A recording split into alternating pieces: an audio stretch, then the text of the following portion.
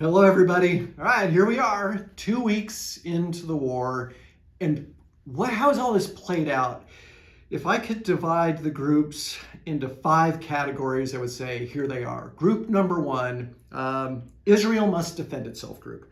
Hamas started this brutal war. They killed civilians. Hamas has in its charter, every Israeli must die. They made it clear with the attacks that what their intentions were, and Israel must fight back, even if it's brutally. And anybody who doesn't adhere to this is anti-Semitic and maybe even a Holocaust denier. That's group 1.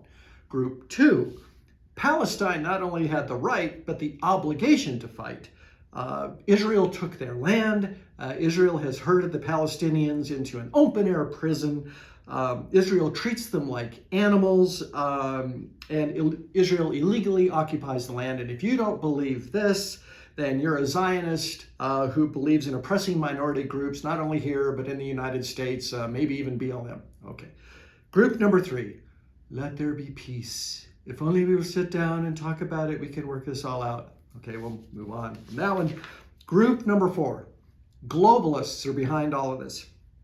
There are powers behind the scenes pulling strings on both sides. Israel was told to stand down. There was no way that Israel didn't know this was happening. They wanted a broader war. Bankers are going to benefit from all of this. The end game is a reset with wealth consolidation up.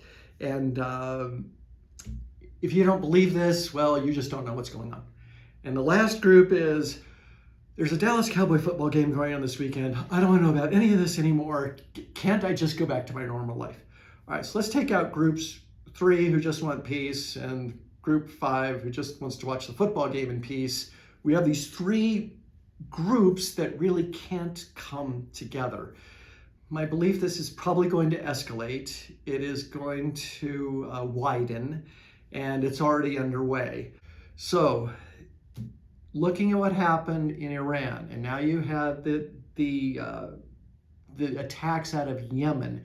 You saw Vladimir Putin threatening the aircraft carriers on Wednesday or Thursday of this week. You can see how all of this is growing. So what does it mean to you as investors? Provided this doesn't escalate beyond something regional, the 3 big winners since the war have been gold, oil, and Bitcoin. I'm not going to go into the Bitcoin thing. That's probably for another episode. But gold, it's understandable why that becomes a safe haven.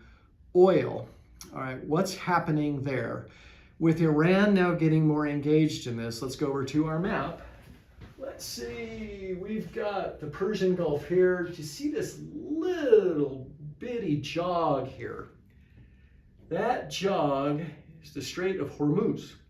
Almost every ship has to slow down almost to nothing speed to make that turn. 22%, 23% of all the oil in the world goes through here. If Iran really wants to mess with the West, sink a couple of ships right there. Oil will almost immediately shoot to $150 a barrel. Prices will soar, the inflation will go off the charts here, and we will have internal unrest. So the world is watching this pretty closely, and I think that's what traders are front running. We're going to see oil supply disruption.